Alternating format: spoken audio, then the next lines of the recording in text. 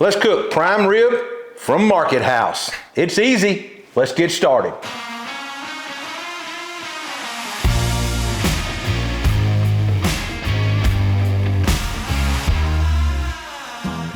It's the holidays, and that only means one thing. It's prime rib time. Market House is making it easy. They have a 7 to 9 pound prime rib roast. That's right, prime. Let's get this thing out of the pack and look at the marbling on it and start the prep. Now that we've got our prime rib out of the pack, let's talk a little bit about the marbling here. This is USDA prime meat. You can see all the marbling it has, which is great. I know this is going to be a spectacular prime rib when we're finished cooking it. Now, let's get it trimmed up and prepped a little bit. Now, just to talk about Market House a little bit, they offer grass-fed beef, non-GMO chicken, antibiotic-free pork, incredible Wagyu cuts, along with wild-caught seafood. If you're interested in any of their meats or seafood, use the code HEATH15 to save 15% off at checkout. Now, all that we're doing is taking some of this hard fat off right here. You can feel it. You want to get your fat down as much as you can so you can get some smoke penetration. So none of your hard fat is going to render off here. These things come trimmed a ton already, but they leave a little bit on here because everybody's cooking technique is a little bit different. So depending on how you're going to cook it, you may want to leave some of this on. The technique that I'm using today, though, I'm trimming it off.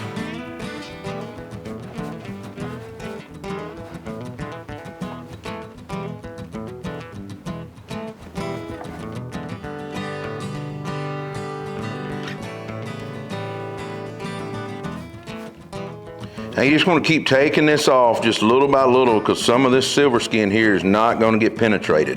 See, look at that right there. It's just all that pellicles and off. And you have to look for these bones down here too. You want to get as much as you can right around.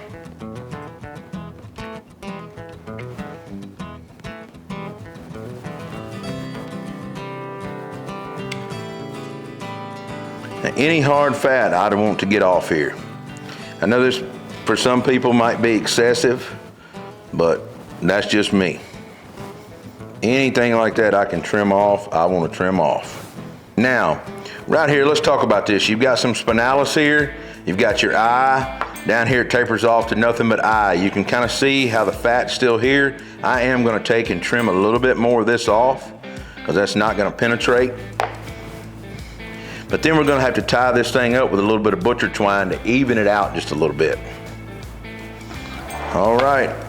As you can see, we got to go in here and get this little bit of silver skin off right here.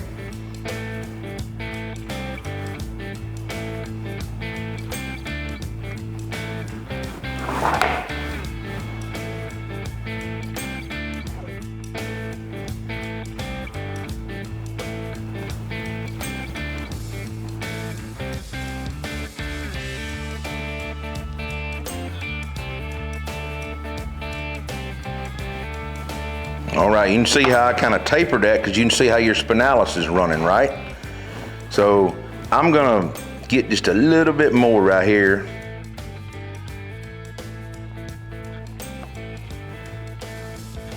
And I'm gonna call it a day on that. And the reason I'm calling it a day because if you remove any more, it's gonna pull back away from there.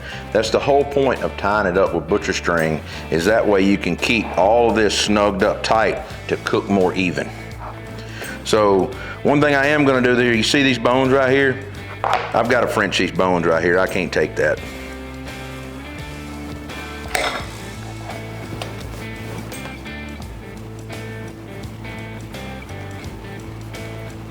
Now you can whittle as much off of these bones if you want to. You can scrape them. You can get a string and pull it off. There's so many different techniques to do it. We'll get into that on another video. All right, well, I'm gonna call it a day with that. That right there looks like a good looking prime rib. Now, let me get everything cleaned up and let's get some butcher twine out. All right, let's tie this thing up. Now, I've got 4 pieces of butcher string here. I'm just gonna lay this out. You can see I started with 4. Now, I'm just gonna tie this up as tight as I can.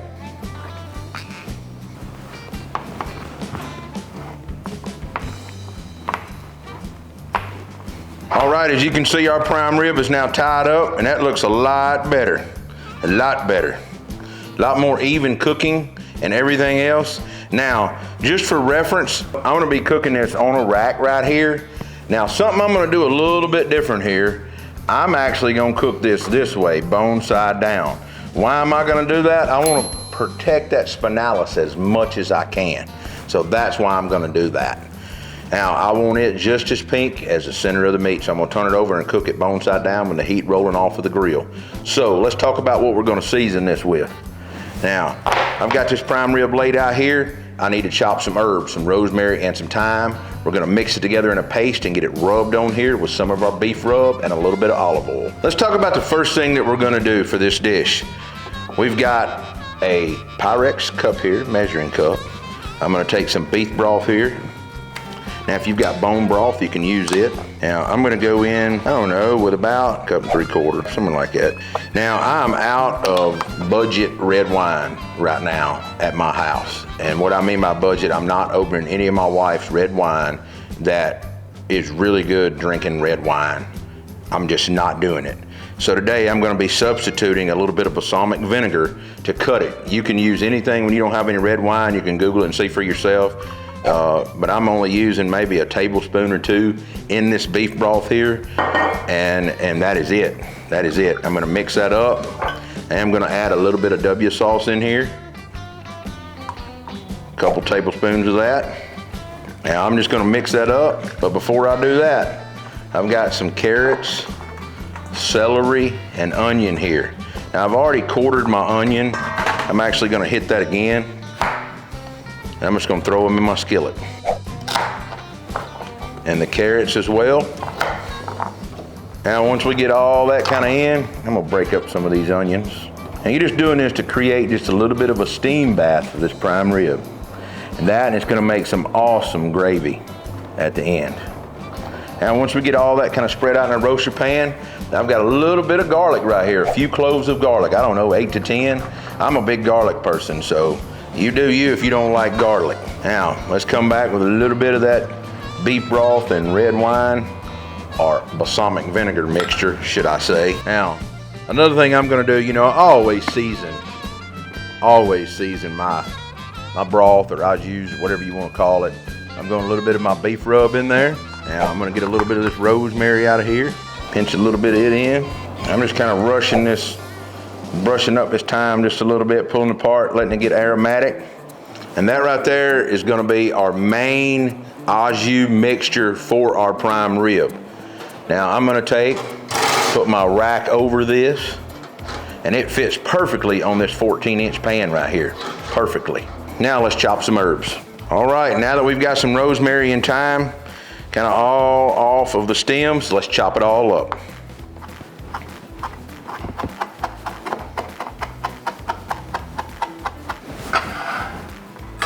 All right, once we get our herbs in our bowl here, it's time to take a little bit of beef rub, and you know what? I'm just gonna take the lid off of this, okay? Let's see how much this exactly is. 1 tablespoon, there's 2 tablespoons of rub, and there's let's just go with that here. That is another full one. I'm going with 3 tablespoons of beef rub. I'm gonna use it all out of that canister.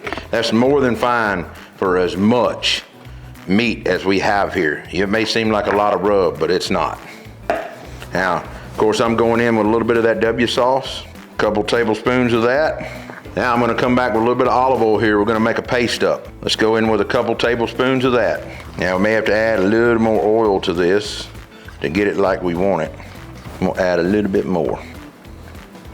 Now this right here is gonna leak all off in those herbs and vegetables, and it's gonna be awesome when it all combines together for a lot of great flavor. All right, let's get it up here and make some prime rib.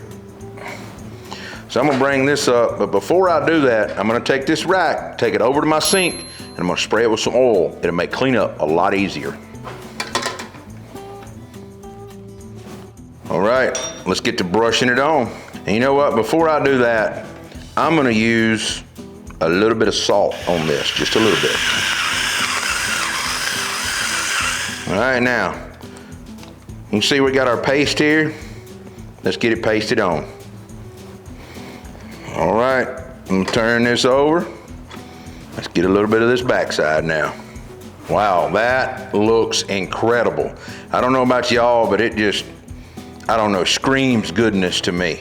So let's get it on our Rectech. We've got it fired up, and we're gonna do it a little bit different style. We're almost gonna do it an oven style. We've got the grill running at 425 degrees. We're gonna get it on and let it roast for about 30 minutes before we back that grill down, lower that temp, and let it finish off. All right, we've got our Rectech running at 425 degrees, and I know somebody's gonna say, that's not smoking.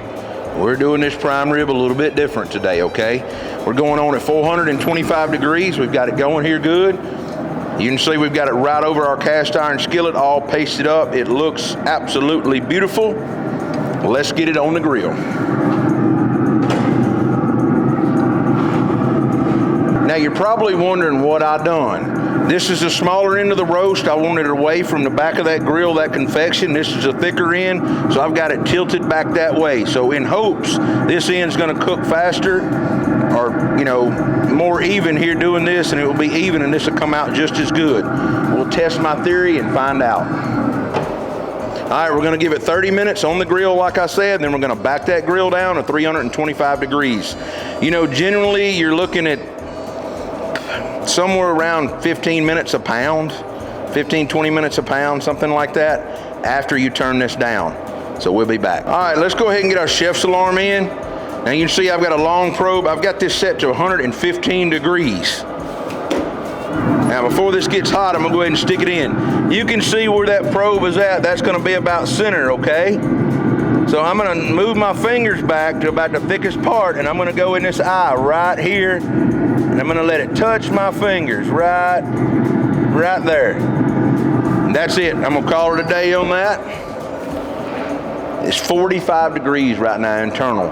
Now we did set this out. It's been sitting out on the counter for 2 hours before we put it on. 2 hours before we put it on. And it's still only 45 degrees.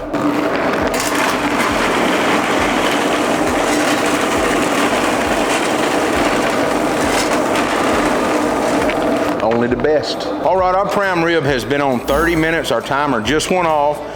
Our alarm's only at 56 degrees, so it's only come up 11 degrees at 425 in 30 minutes, okay?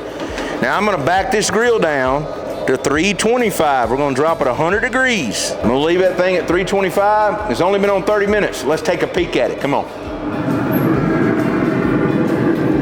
You're starting to bubble here in your Au Jus. Look at the nice color your prime rib has got. That's what we're looking for. All right, we'll be back. I'm gonna set another timer for about 30 to 45 minutes and come back and check it just to look at it. All right, our prime rib has been on 1 hour and 15 minutes. We're sitting at 99 degrees here. Remember, we started at 425 degrees, went 30 minutes, and then turned it down to 325. Let's take a peek. Look at this. Look at the crust on this prime rib. Look at that. All your vegetables, everything sweating down. We don't like much. We're gonna be sure we're checking this every 15 minutes or so. We've got our alarm on. We don't wanna miss it. We wanna pull this out around 120 degrees and just let it rest. That's the key. All right, we're hitting 120 degrees on our prime rib right here. I was standing here waiting on it. I set it to 115. Come over here and let those last 5 degrees. I stood here and watched it climb. Whew, look at that. Now I'm gonna pull this probe out.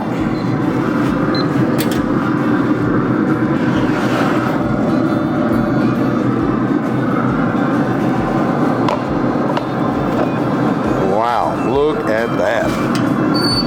That is a beautiful prime rib right there. Let's get it in, get it tinted, get it off of this pan right here, and let it rest. That's the key to a prime rib. We have to let it rest. All right, as you can see, I have strained my mirepoix off here and got just the liquid off of it with a little bit of bits in the pan.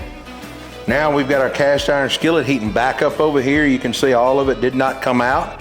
I'm gonna dump this back in our skillet and kind of get it reduced a little bit. Now, you're welcome to use this right here just straight up. You can put it in a grease strainer if you want to. It's completely up to you. We got some of the grease off of it ourselves, but we're not worried about a little bit left on it. So now I just want to keep this on my eye. I'm gonna bring it to a rolling boil and start reducing it down. And then we're gonna get ready to slice some prime rib. Now it's come to a slow boil. I'm gonna turn down my heat and reduce this just a little bit. Now right here is where you can make a cornstarch slurry. For everyone that don't know what that is, you can take a little bit of cool water, maybe a quarter cup, add about a teaspoon or so, or 2 teaspoons, or maybe a whole tablespoon of cornstarch, whisk it up, pour it in, and it'll automatically thicken this up.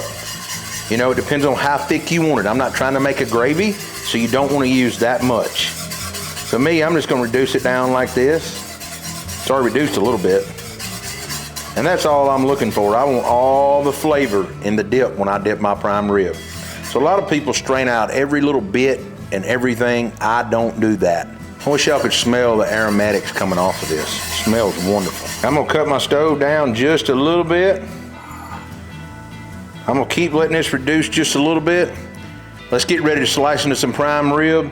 And by the time I slice this, it's gonna be time to dip a bowl of this up to serve with our prime rib. All right, now that we've got our prime rib over to our board, it's been resting about 45 minutes.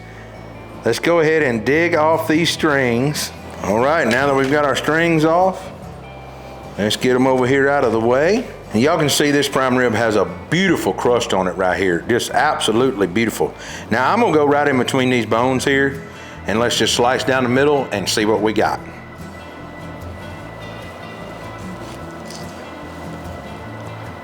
Look at that.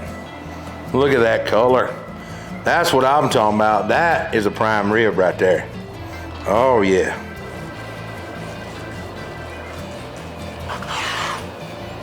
Oh yeah. Now for me, I'm gonna go in right here. Now I'm gonna try it first without any au jus.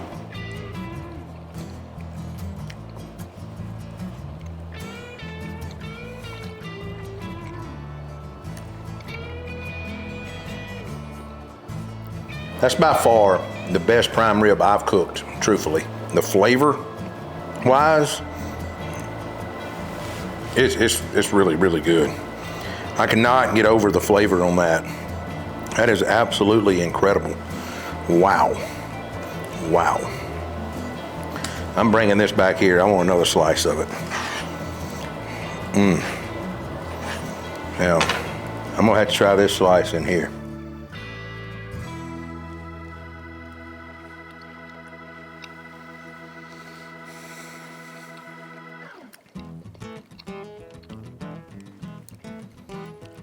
Hands down, best prime rib I've ever cooked.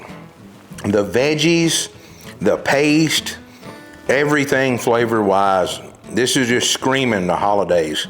And if you don't want to wait during the holidays, order it and cook it on a weekend. It's a special weekend. The flavor is absolutely incredible with this. I mean, I can't get over the marbling. This prime meat right here, you know, from Market House, is just some incredible picks. They choose farms that are locally raised and things like that to them, and they know where their meat's coming from. It's not coming out of some ordinary big large packing house, which is very cool. This prime rib smoked up delicious though. I can't get over the flavor. Truthfully, I'm almost speechless. So just to recap a little bit, we took a huge bone-in prime rib. It was between 8 and 9 pounds from Market House. They ship overnight. If you want to order one yourself, be sure to use the Heath 15 code to get 15% off during checkout. We took our beef rub, some fresh rosemary, some fresh thyme, some W sauce, a little bit of olive oil, mixed it all up and made a paste together and put it on this prime rib after we tied it up. We had a total cook time, like I said, of 2 hours. We let it rest 45 minutes, and this truthfully could have rested another 30 minutes. It would have been totally fine. And so prime rib is not that hard.